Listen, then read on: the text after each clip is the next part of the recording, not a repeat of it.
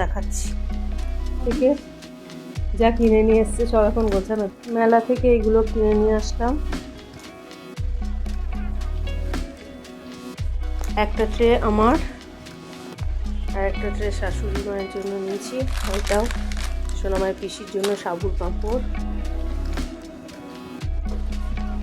আর মাম্মা মেয়ের এই যে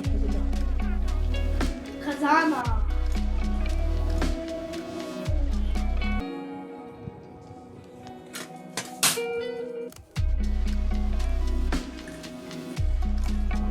আমার লাইটারটা কদিন ধরেই গন্ডগোল করছে।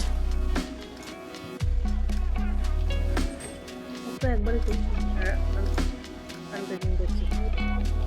কি হলো?